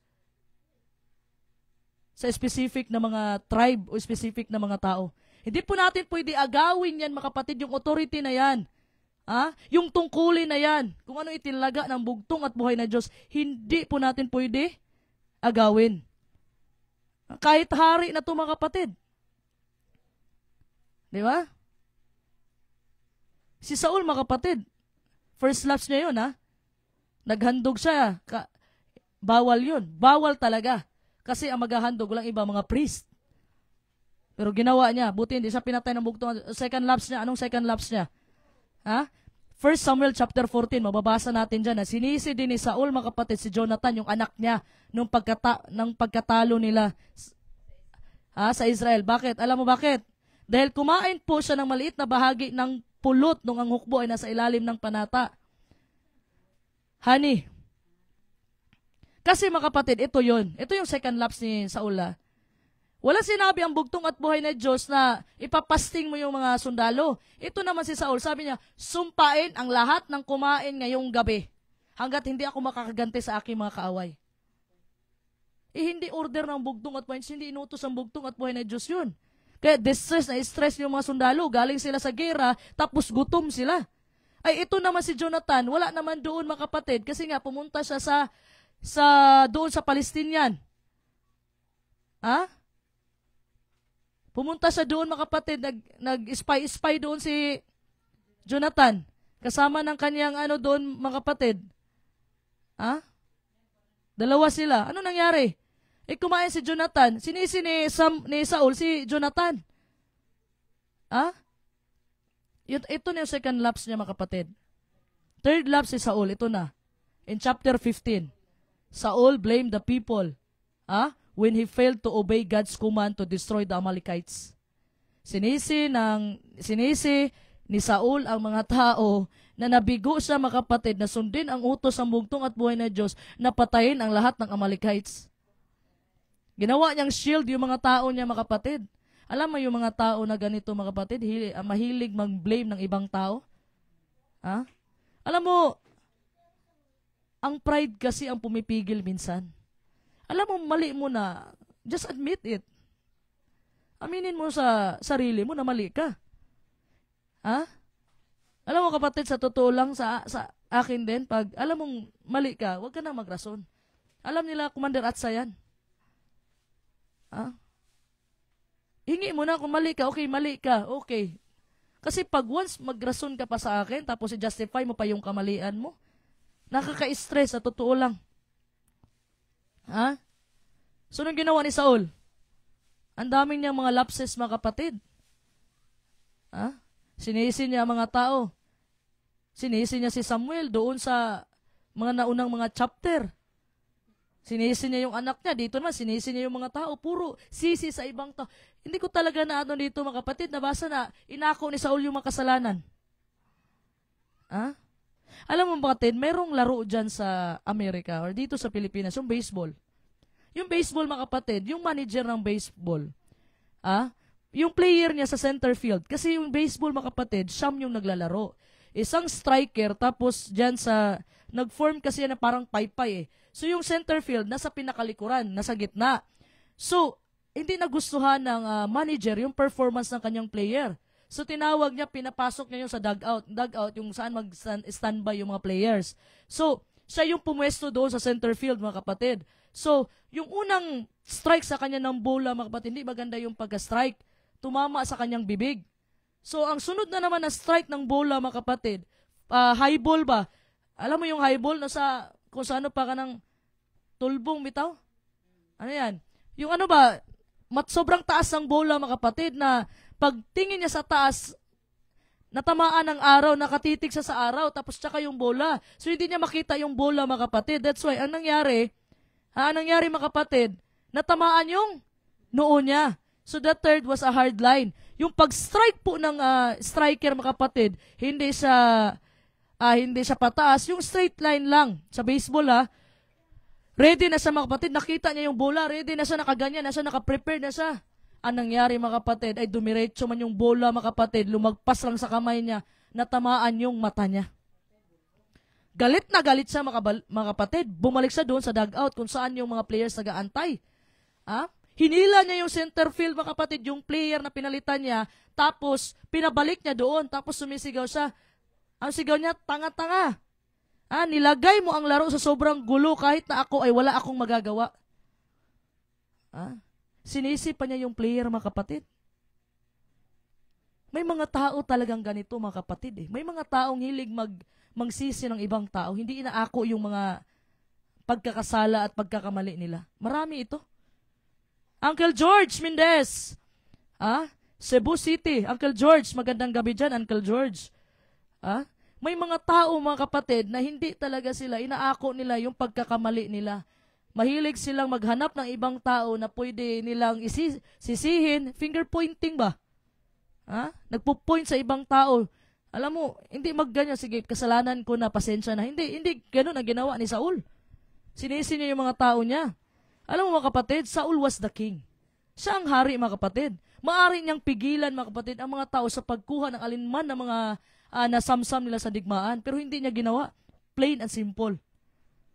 Mayong gabi, mahal na Pastor Well Yagas. Mayong gabi, sister, o sa tanan, nagtanaw, shalom alikem. Alikem, shalom. Ha? Hindi niya ginawa kasi hinayaan niya, diktahan siya ng mga tao niya. Ha? Anong ginawa mga kapatid? Nung hindi niya sinunod ang bugtong at buhay na Diyos, nagrason, sabi niya, Samuel, hindi mo kasi naintindihan. Tingnan mo nga to si Saul mga kapatid. Tingnan mo si Saul. Sabi niya, Samuel, hindi mo kasi naintindihan. Hindi namin sinunod ang bugtong at buhay na Diyos kasi nga, mag-o-offer nga kami sa Kanya.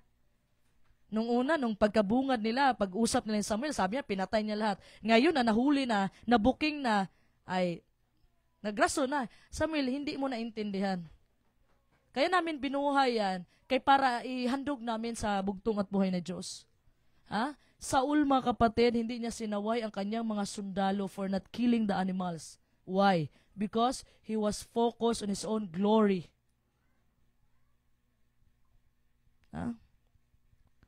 Focus lang siya sa sarili niya.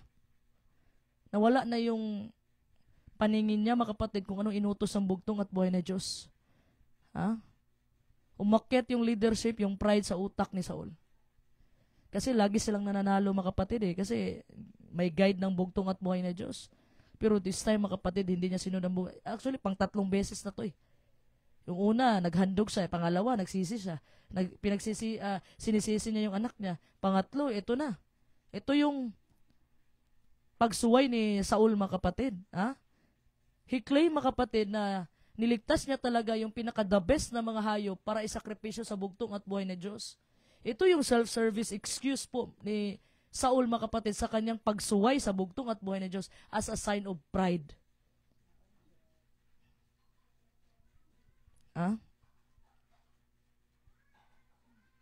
Sabi ni Brother Ken, marami na pala ang katulad ni nakaugali ni Saul sa panahon ngayon. Marami talaga. We are living in the last days. Lumalabas na yung mga ugali, mga kapatid. Mga minamahal kong mga kapatid. Tandaan po natin, hindi kailanman tama na gumawa ng masama gaya ng paggawa ng mabuti.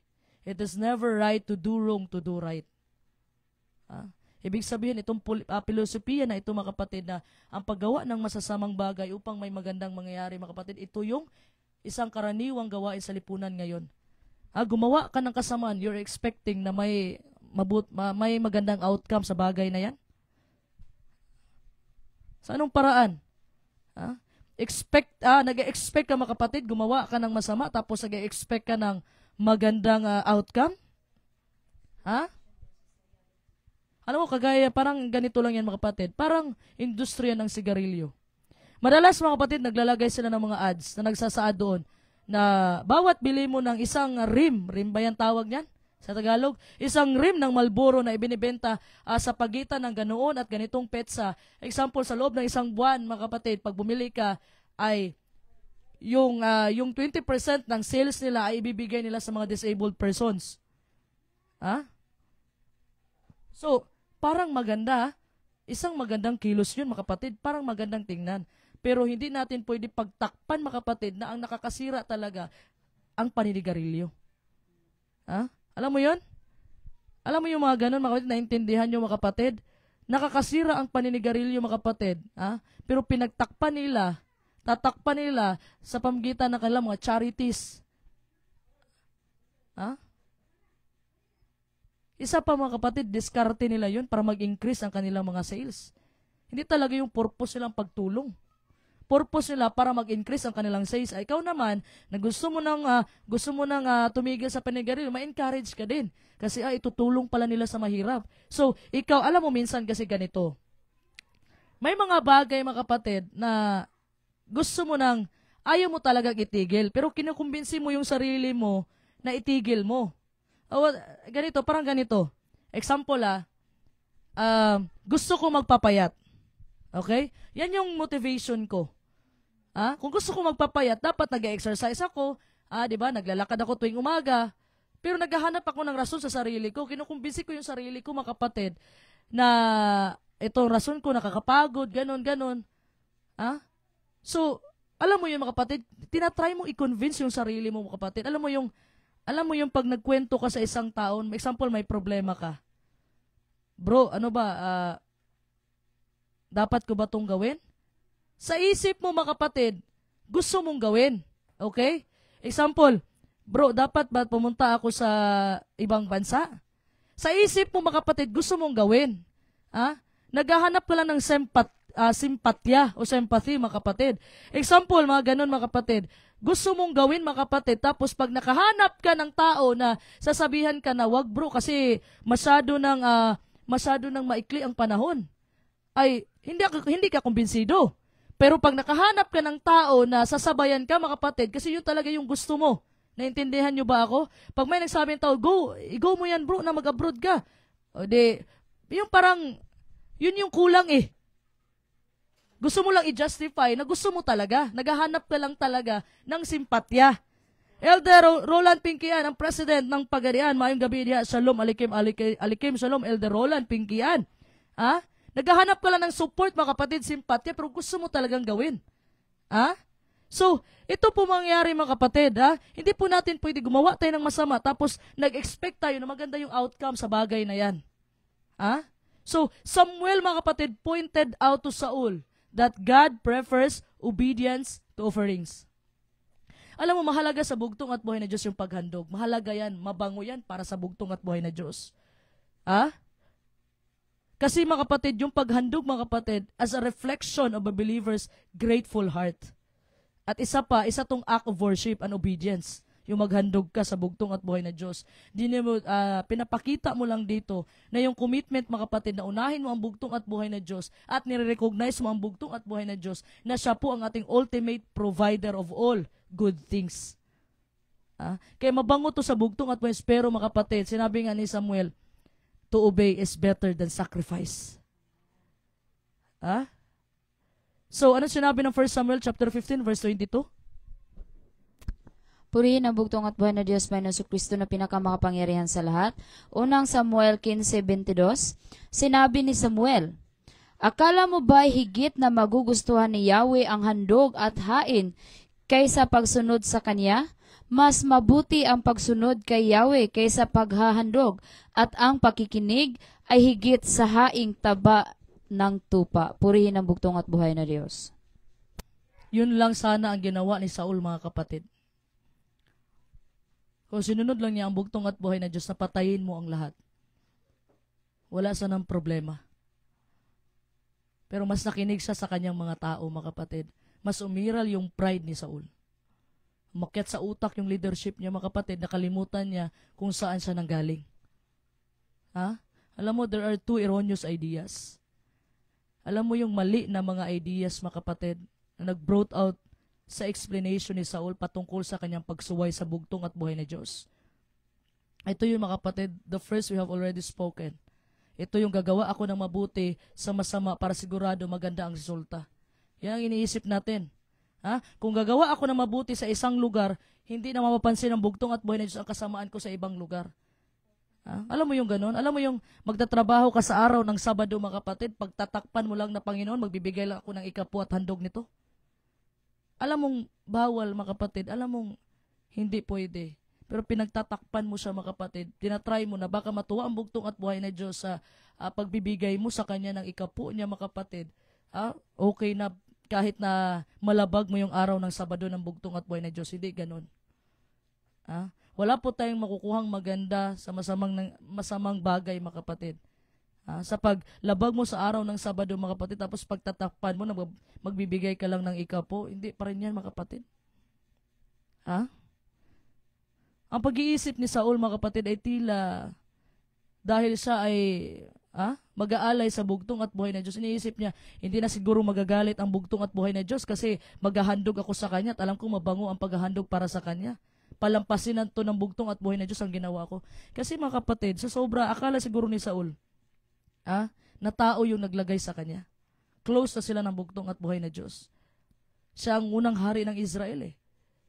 So yung hindi pa pagsunod ni Saul, mga kapatid, yung pagsuway po ni Saul sa bugtong at buhay na Diyos, ito yung naging downfall po ni Saul. Ito yung dahilan ng pagbagsak ni Saul. Ito yung pagsuway ni Saul ang dulot sa kanya ng kahihiyan. 1 Samuel chapter 15 verse 23. Purihin ang bugtong at buhay na Diyos Panginoon Kristo na pinakamakapangyarihan sa lahat. Unang Samuel 15:23, ang pagsuway sa kanya ay kasinsama ng pangkukulam at ang katigasan ng ulo'y tulad ng pagsamba sa Diyos-Diyosan, sapagkat itinakwil mo ang salita ni Yahweh, itinakwil ka rin bilang hari. Purihin ang bugtong at buhay na Diyos. Grabe, napakasakit pakinggan yan, mga kapatid. Itinakwil. Sakit pakinggan yan. Ha? Itinakwil siya ng bugtong at buhay na Diyos bilang hari. At that time na pagsabi ni Samuel, mga kapatid, automatic withdraw na ang presensya ng bugtong at buhay na Diyos. That's why, in the next chapter, mga kapatid, doon mo na mababasa na pumunta na ng Bethlehem si Samuel para i-anoint si David. Ha? Napakasakit, mga kapatid. Itinakwil sa bilang hari. Dahil itinakwil niya ang mga salita ng bugtong at buhay, itinakwil din siya ng bugtong at buhay na Diyos. So, bantayan po natin, mga kapatid, God says, it is comparable to idolatry. Yung pagsuway daw po ni Saul, mga kapatid, ay katigasan tulad lang po ng pagsamba sa Diyos-Diyosan. Bakit po ganun, mga kapatid? Ito po ang dahilan, mga kapatid, ng pagrebuilde at pagpasya sa sarili ang batayan ng pagsamba sa sarili. Alam mo, hindi na siya nakinig sa bugtong at buhay na Diyos. Ang pinapakinggan niya ang sarili niya. So that's why kinumpara po, sinabi po ng bugtong at buhay na Diyos na yung katigasan ng ulo mo, sinabi ni Samuel, ang katigasan ng ulo mo, Saul, para ka na rin nagsamba ng Diyos-Diyosan. Kasi ang ginawa mong Diyos ang iyong sarili. Mas pinakinggan mo yung sarili mo kaysa sa bugtong at buhay na Diyos. So ngayon, dahil hindi ka nakinig sa bugtong at buhay na Diyos, itatakwil ka rin niya bilang hari ng Israel.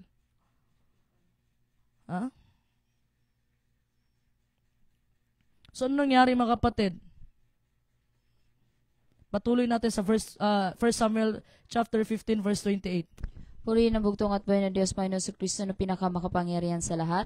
Unang Samuel 15:28, sinabi ni Samuel kay Saul, sa araw na ito, tinanggal na sa iyo ni Yahweh ang pagiging hari ng Israel at ibinigay na ito sa isang taong mas mabuti kaysa sa iyo. Purihin ang bugtong at buhay na Diyos. Tingnan mo, mga kapatid, nag-withdraw na ang presensya ng bugtong at buhay na Diyos. Ito yung nakakatakot. Pag once nag-withdraw na yung presensya ng bugtong at buhay na Diyos, tingnan mo, at that time nag-withdraw na yung presensya ng bugtong at buhay na Diyos, si Saul balisa na, hindi na makatulog. Kailangan may marinig siya na tugtog, kaya pinapunta si David doon sa palasyo. Kasi kailangan niya makarinig ng tugtog, kaya pag nagtutugtog si David, doon pa siya nakakatulog. Kasi nga, mga kapatid, nag-withdraw na ang presensya ng bugtong at buhay na Diyos kay Saul. Dahil sa katigasan ng ulo ni Saul. Unang lap si Saul, pinatawad ng bugtong at buhay na Diyos. Pangalawa, tahimik na ang bugtong at buhay na Diyos, mga kapatid. Nung panahon na nagdasal si Saul, mga kapatid, na pupunta ba sila sa gera, hindi na sumagot ang bugtong at buhay na Diyos. Pangatlo, mga kapatid, hindi na talaga niya sinunod ang bugtong at buhay na Diyos. Alam mo ba, kapatid, kung nagiging kampante ka ngayon sa pagkatawag mo, nandito ka sa karya ng bugtong at buhay ng Diyos, pakaingatan mo, kapatid. Kahit nga si Saul, mga kapatid, na isang hari na sa Israel, tinanggalan ang posisyon ng bugtong at buhay na Diyos. Pag sinuway mo ang bugtong at buhay na Diyos, mga kapatid, ganun po ang mangyayari, mga kapatid. Pag hindi mo pinakinggan ang bugtong at buhay na Diyos, mga kapatid, pag sinalansang mo ang kanyang kautusan, mga kapatid, kung ano ang kanyang doktrina, ano ang kanyang sinabi, mga kapatid, kukunin sa iyo kung ano mang numero ang pinaghahawakan mo ngayon, ang iyong pananampalataya sa bugtong at buhay Diyos, yung posisyon mo sa kaharian. Kasi, dinumber to, mga kapatid, Kasi, yung 144,000 na yan, literal yan, mga kapatid, na 144,000. Sabbath keeper yan lahat. It's another topic, at God willing, itatopic natin yan sa event. Kasi yan yung tema natin sa event 12 tribes of Israel. Unity in diversity. Even Saul, na hari na sa Israel, tinanggalan ng posisyon ng bugtong at buhay na Diyos. So, Yung pagsuway po ni Saul, mga kapatid, ito po yung nagdala sa kanya ng kamatayan. Dahil hindi napatay ni Saul si Agag, ang pumatay si Samuel. Alam mo yung may pinagawa ang bugtong at buhay na Diyos sa iyo na trabaho, iba yung magtatapos. Yun ang nangyari, mga kapatid eh. Ha? Ang pagsuway po ni Saul ay halos nagdulot ng kapahamakan sa hinaharap. Alam mo, nagresulta, sinabi ko kanina, mga kapatid, yung katigasan ng ulo ni Saul, yung pag-akyat ng pride niya sa utak niya, mga kapatid, sinabi ko kanina, nagdulot ito ng kapahamakan sa unahan. Alam niyo bakit? Dahil sa hindi nilipol ni Saul ang mga Amalekites, mga kapatid, ganyan inutos sa kanilang bugtong at buhay na Diyos, years later, the Israelites would suffer the result of Saul's sin. Sa anong paraan? Naka-remember kayo kung nakasubaybay kayo sa aking mga live, mga kapatid, nagkwento ako patungkol kay Haman. Na gusto niyang ipapatay lahat ng mga Hudiyo doon sa Persya. Gusto niya ipapatay, mga kapatid. Dahil hindi lang lumuhod si Mordecai sa kanya. So bigyan ko kayo ng konting kwento, balikan natin konti, mga kapatid. Si Queen Esther, mga kapatid, isang Hudiyo. Okay, ang uncle niya si Mordecai. Nung panahon na nagka-party doon, ang hari doon, mga kapatid, si King Ahasuerus. Nung panahon may party sa loob ng palasyo, pinatawag ng hari ang kanyang reyna, si Vashti. Hindi lumabas si Vashti kasi nagkakainuman na doon. So isa itong kahiyan para sa hari. So kailangan may gawin siya kasi kung hindi niya tatanggalin si Vashti bilang reyna, posible na gayahin ng ibang mga reyna at prinsesa ang ginawa ni Vashti na hindi na sila makikinig sa kanilang mga asawa. So kailangan tanggalin si Vashti. Ang pinalit, mga kapatid, i-fast forward natin, si Queen Esther. Napakaganda ni Queen Esther. Napili siya ng hari. So after that, mga kapatid, si Haman. Si Haman, mga kapatid, bakit nasa posisyon siya, mga kapatid, na nasa highest position siya? Dahil po, mga kapatid, inagaw niya yung credit na dapat sana kay Mordecai. Kasi mayroon pong nagplot ng assassination kay King Ahasuerus na gustong patayin si Ahasuerus, mga kapatid, hari ng Persya. Gustong patayin, mga kapatid. Kaso, mga kapatid, ang nakarating na balita sa kanya, si Haman. So binigay sa kanya, tapos si Haman gustong magpa-respeto kay Mordecai. Ayaw ni Mordecai yumuko kay Haman. So nagalit si Haman. So nangyari, mga kapatid, si Haman, mga kapatid, na gustong patayin ang mga Hudiyo during that time.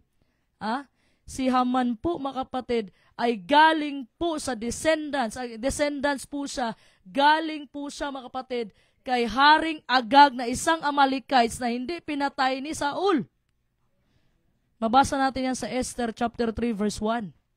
Nagresulta na yung katigasan ng ulo ni Saul, mga kapatid, sa panahon ni Esther. Descendants pala ito, mga kapatid, si Haman ni King Agag. Binuhay niya, di ba, si Haring Agag? Lahi ito ni Agag, mga kapatid, si Haman. In other words, mga kapatid, descendant siya ni Haring Agag na isang Amalekites. Kung hindi sana nag-intervene ang bugtong at buhay na Diyos, napatay na sana lahat ng mga Israelita.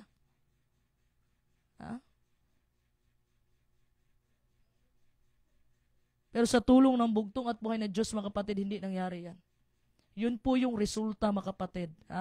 We never know, mga kapatid, what lasting effects our sins will have on the future. Hindi natin alam yung ginagawa natin ngayon may impact sa future natin. Tingnan mo yung ginawa ni Saul. Sa pagbuhay niya kay Agag, nagresulta yon sa panahon ni Queen Esther. Tandaan po natin, mga minamahal kong mga kapatid, ang kasalanan po ay seryoso sa bugtong at buhay na Diyos. Ang kasalanan po ang naging dahilan kung bakit po bumaba ang bugtong at buhay na Diyos at ipinako siya doon sa Kalbaryo sa krus upang tayo ay maligtas sa ating mga kasalanan. That's why, ang pagsunod po natin sa bugtong at buhay na Diyos ay hindi po optional. Na kung gusto mong paglingkuran ang bugtong at buhay na Diyos, maglilingkod ka. Kung ayaw naman, ayaw mo naman. Di baling magalit ang mga tao sa inyo, mga kapatid, basta hindi ang bugtong at buhay na Diyos ang magalit sa inyo. Anong sabi ng Deuteronomy chapter 11 verse 26 to 28? Purihin ang bugtong at buhay na Diyos, Panginoon Kristo na pinakamakapangyarihan sa lahat. Deuteronomio Kapitulo 11, versikulo 26 hanggang 28. Sa araw na ito, binibigyan ko kayo ng pamimilian, pagpapala o sumpa. Pagpapala kapag sinunod ninyo ang kaniyang mga utos, ngunit sumpa kapag sumamba kayo sa ibang Diyos sa halip na sumunod sa kaniyang mga utos. Purihin ang bugtong at buhay na Diyos. Alam mo mga kapatid, marami ang ways of pagsamba natin sa Diyos-Diyosan.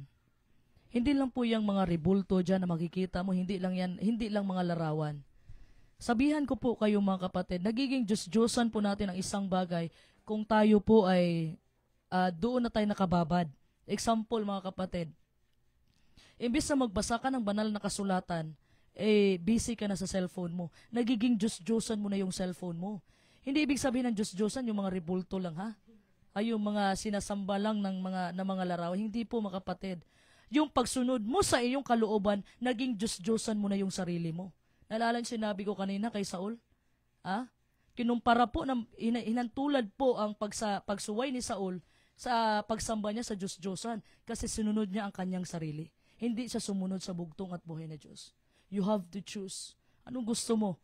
Curse ba o blessings? Binigyan po tayo ng freedom ng bugtong at buhay na Diyos. Pero ito lang po ang masasabi ko mga minamahal kong mga kapatid. Obedience is the duty of every child of God. It is not an option, but an obligation. Purihin po ang bugtong at buhay na Diyos sa mga Diyos. Panginoon Kristo ang pinakamakapangyarihan sa gabing ito. Maraming salamat po sa inyong panonood mga kapatid. At aking babasahin ang inyong mga comments. Obedience. Okay. Sabi nito Sister Sheena, para pala yung sikuan na nung ikumpara na sinisi na yung iba. Kian Kabasag, marami na pala ang katulad sa ugali ni Saul sa panahon ngayon. Sister Mary Rose Hilton, sa aking pinsan. Tama yan, Sister Deborah. Magandang gabi po sa lahat nanonood ng Pastor Lahi Live. Sister Marciana de la Peña, magandang gabi. Sabi ni Sister Sheena, expectation versus reality lang po. Okay. Brother Jonathan Lamarca dyan sa Pinamalayan, Oriental Mindoro. Brother Ray, amen. Si Elder Ray Rueda siguro. Okay. Sabi ng ating Back to Christ Apologists, merong grupo ngayon na sila nga ang nag-meeting na para may tanggalin sila pero ang pinalabas nila, sila daw ang tinanggal. Saul na linyahan. Mahilig finger pointing mga kapatid. Mahilig magsisi ng ibang tao. Hindi na lang akuin yung kasalanan mga kapatid. Alam mo kapatid, kung ikaw ay nanampalataya sa bugtong at buhay na Diyos, dapat gayahin mo yung bugtong at buhay na Diyos mga kapatid. Wala nga yung kasalanan ng bugtong at buhay na Diyos mga kapatid, pero inako niya lahat ng kasalanan natin. Hindi niya kasalanan yun sa atin yun mga kapatid, pero inako niya ang lahat. Dahil sa kanyang pagmamahal sa atin. Sabi ni Brother Jonathan, Brother Cario, amin po. Elder Roland Pinkian, Brother Jonathan, Sister Deborah, amin po. Kin Kabasag, encouragement. Okay. Elder Joseph Badilla, magandang gabi po. Mahal naming Deborah Israel Lahi at saka Pastor Lahi Live at sa lahat ng nakikinig sa atong mahal na Deborah Israel Lahi. Sister Irma, maraming pinalipad na heart. Sabi ni Elder Joseph, amen. Sabi ni Kin Kabasag, aray ko, tinamaan ako. Saan doon? Yung patungkol sa Sabado? Ipag-pray mo yan sa bugtong at buhay na Diyos. Pastor Alex Ruedas, mayong gabi, Sister Deborah at sa lahat ng kapatiran. Sister Sheena Labad, kailangan talaga maging masunurin at huwag maging matigas ang ulo. Amen. Sino pa? Sister Elena Neri. Sister Sheena Labad, obedience is the duty of every child of God. It is not an option but an obligation. Amen. Tama yan. Maraming salamat, Sister Deborah, at maraming din pong salamat sa inyong lahat. Elder John, Elder Eli, maraming salamat. Comment kayo kung nandyan pa ba kayo. Maraming salamat po sa inyong lahat, mga kapatid. Ang pagpapala at gabay ng bugtong at buhay na Diyos ay sumasa atin pong lahat, mga kapatid. Manalangin po bago matulog, sabi nga ng ating mahal at gagalang-galang na pasuray. Manalangin bago matulog, manalangin pagkagising, at kung may makasalubong ka, sabihin mo, mahal ka ng bugtong at buhay na Diyos. Ipanalangin nyo po ang mga pastor at elder, ang mga kingdom citizen, itong inyong maliit na lingkod, mga kapatid, ipanalangin nyo po ako, mga kapatid. Isama nyo po ako sa inyong mga panalangin. So maraming salamat po sa inyong lahat. Hanggang sa muli po mga kapatid na ating Pastor Lahi Live.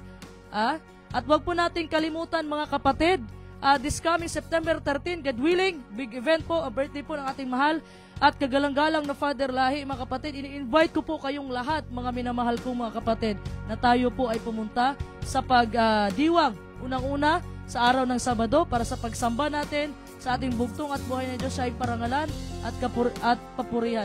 So mga kapatid, maraming salamat. Ang lahat po ng kapurihan, ang lahat po ng karangalan ay binabalik ko po yan lahat sa bugtong at buhay na Diyos. Maraming salamat at ibigay na po natin ang last song mga kapatid. Ang kalooban mo ang masusunod, bugtong at buhay na Diyos at hindi ang kalooban ko.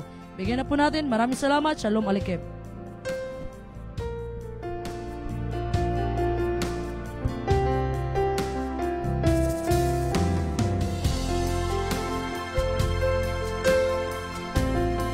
Maraming salamat sa Sir Deborah sa napakagandang mensahe sa gabi ito. Purihin ang bugtong at buhay na Diyos. Isang huling awitin handog sa bugtong at buhay na Diyos. Ang kabubot ng mga matuman sa kinabuhi ko.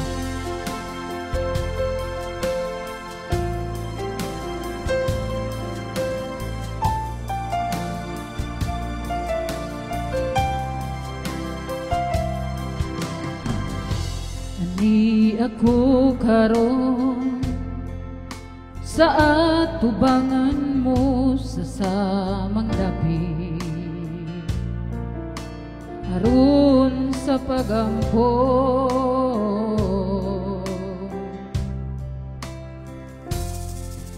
ang kasing-kasing ko ginabugatan nagasubo tungod sa kong sala. Apan karon itugyan ko ang tanan, dilian kabubuton ko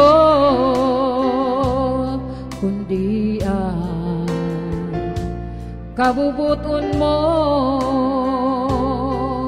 ang matuman sa kinabuhi ko. Taga-ikog kusog aron makabarog tabang ko sa tanang mga pagsulay.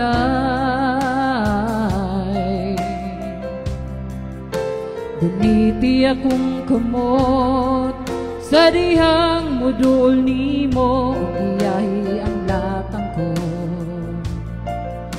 sa kahayag mo. Dilian kabubuton ko kundi ang kabubuton mo ang matuman sa kinabuhi ko.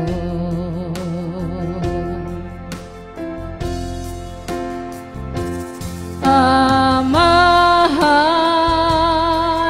ko tanang butang mabuhat nimo, kuha ang kaugalingong damgo ko o ginampingang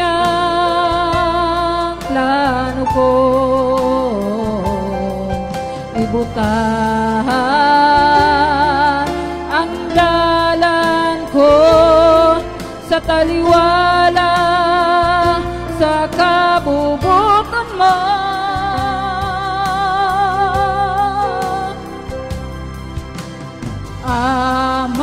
Amahan ko tanang butang mabuhat nimo,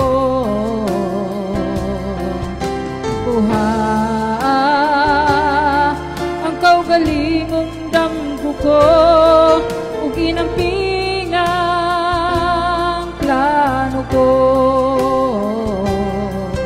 Ibutahan ang dalan ko sa taliwala sa kabubukan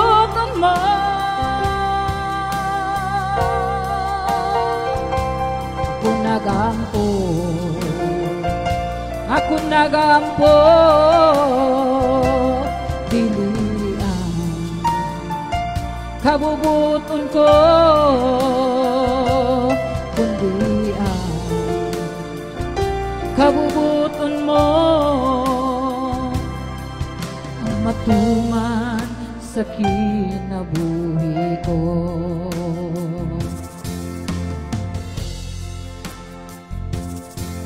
Ayan, purihin ang nag-iisang bugtong at buhay na Diyos, Panginoon Jesucristo na pinakamakapangyarihan sa lahat.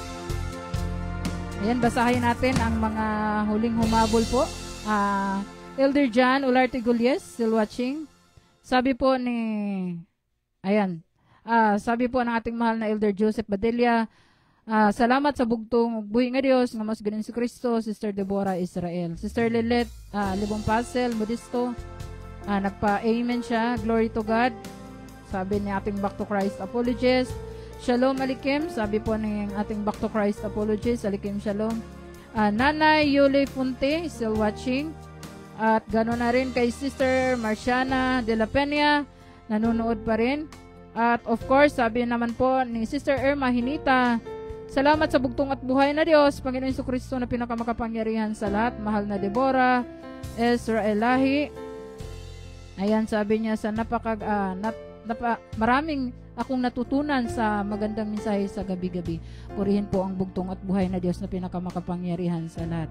Ayan mga kapatid, sa pangalan na nag-isang bugtong at buhay na Diyos ng mga Diyos, Panginoon Jesucristo na pinakamakapangyarihan sa lahat, ang may lalang ng langit at lupa, kalakip nating mga hiram na buhay, ang Diyos ng mga Diyos, ang walang dungis, walang kapintasan, at sa pangalan sa kanyang bugtong at huling sugo, walang iba ating pinakamamahal at kagalang-galang Father Lahi.